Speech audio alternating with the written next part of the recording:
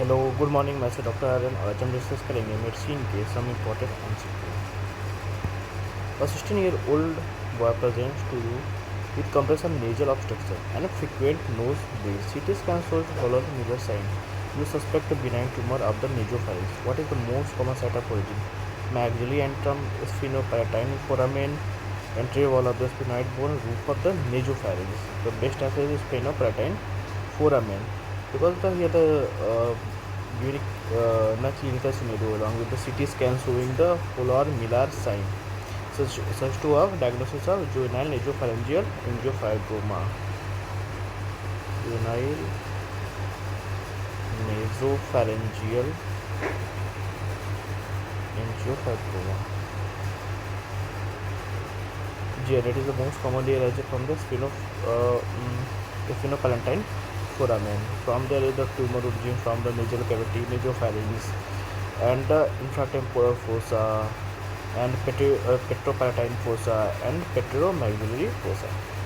Next question: the only branch of the external carotid artery which is given from its medial side is superior thyroid artery, facial artery, ascending pharyngeal artery, and lingual artery.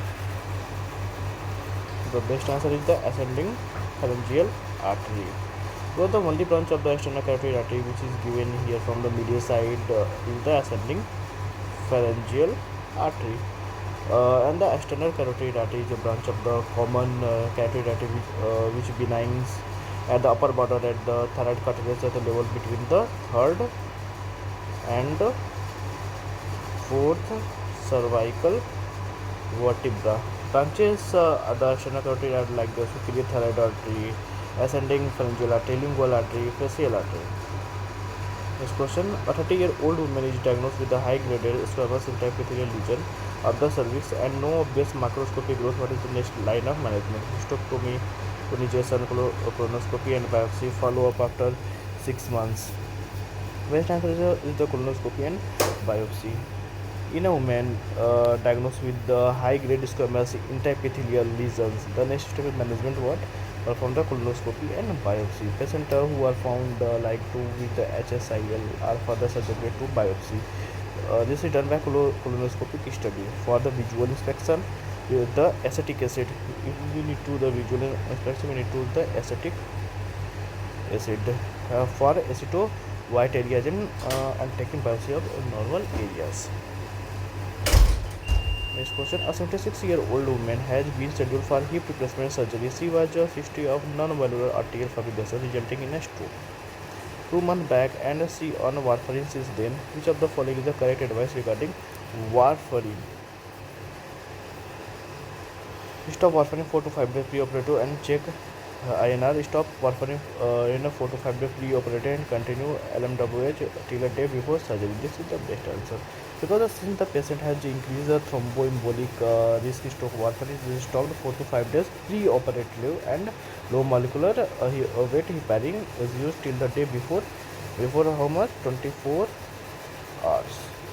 In a patient with a high risk in thrombus, example those with the certain mechanical heart valve implant or with the atrial fibrillation and prior thromboembolic stroke, warfarin should be stopped and replaced UFH or LMWH to minimize the risk. Patient who have the lower risk of the thrombosis may have warfarin discontinue 4 to 5 days pre-operative. Discontinue 4 to 5 days what pre-operatively and then retained after the successful surgery. Next question: a patient with a history of ischemic heart disease now comes to the hospital due to problem with vision. She complains that while turning her head, the image of the previous target still persists for the few seconds before she can see the new target. This phenomenon is seen in which of the following condition: Anton syndrome, Parent syndrome, Pernod disease, and Claudia syndrome. This is the Barnett syndrome. The persistence of visual image even after shifting gaze is called the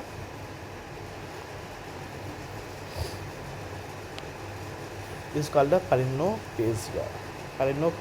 It is seen in Balint syndrome. Balint syndrome results due to low flow in water vast areas due to the distal PCA, and MCA territories. It is characterized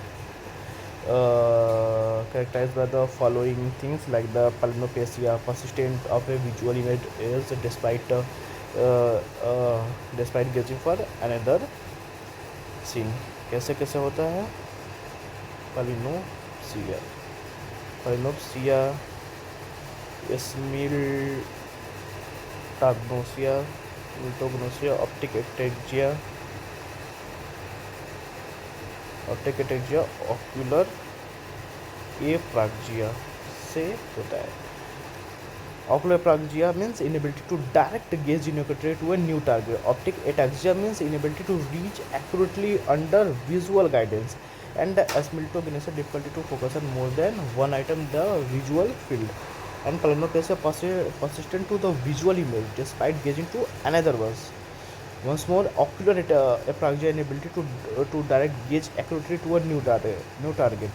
And the optic ataxia inability to reach the accurately under visual guidance.